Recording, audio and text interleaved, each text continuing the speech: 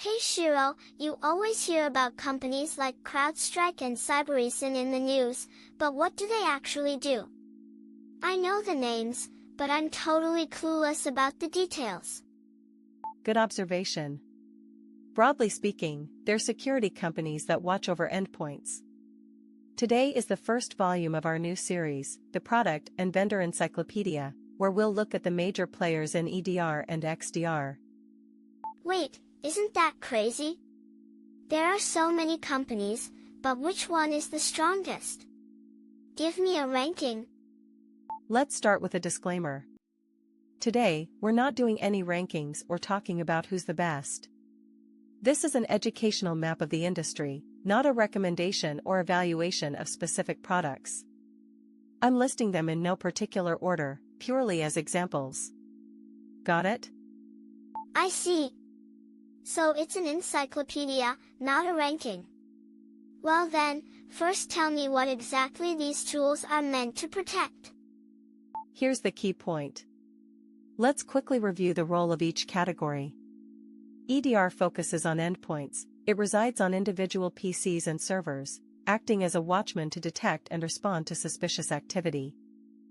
XDR is the expanded version of that. It goes beyond just endpoints, spanning across email, cloud, and networks to connect the dots. It's the shift from endpoint EDR to cross-domain XDR we talked about back in episode 43. I get it. So EDR is a watchman for each individual device, and XDR is like a whole network of security cameras watching everything at once. And the companies doing this are the vendors we're listing today, right? Exactly. Plus, many of them started with endpoint EDR and expanded into cross-domain XDR. Alright, let's open up the encyclopedia. I'll say it again, these are just representative examples, not an exhaustive list or a ranking. First up, 3 cards. CrowdStrike, their product is called Falcon. They're known for their cloud-based EDR and have expanded into XDR. They're also regulars at major conferences like Black Hat. Next is Microsoft. They offer endpoint protection called Defender for Endpoint, leveraging their strong advantage with Windows. A lot of companies are probably already using it. Third is SentinelOne. Their product is Singularity. It's an EDR and XDR solution that heavily emphasizes automation, and they're another company you see often at international conferences. Wait, Microsoft does this kind of stuff too. I thought they were just the Windows and Excel company. So all these guys are doing basically the same endpoint watchman thing? Their roles are similar. But the specifics and scope of coverage vary by company and change frequently. So for detailed specs, always check the latest official info from each company. All I can give you here are the encyclopedia headings. Let's move to the right page. Trend Micro, their product is TrendVision1. This is actually a Japanese company, known for having a strong domestic market presence. Oh, I see.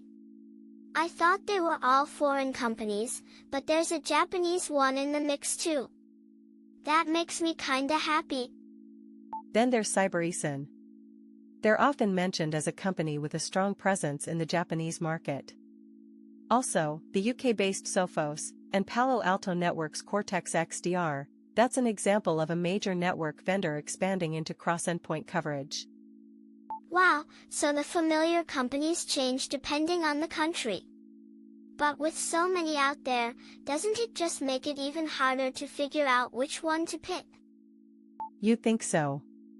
But if you try to choose based on who's the best, you'll probably get lost. So next, I'm going to flip the whole criteria for choosing on its head.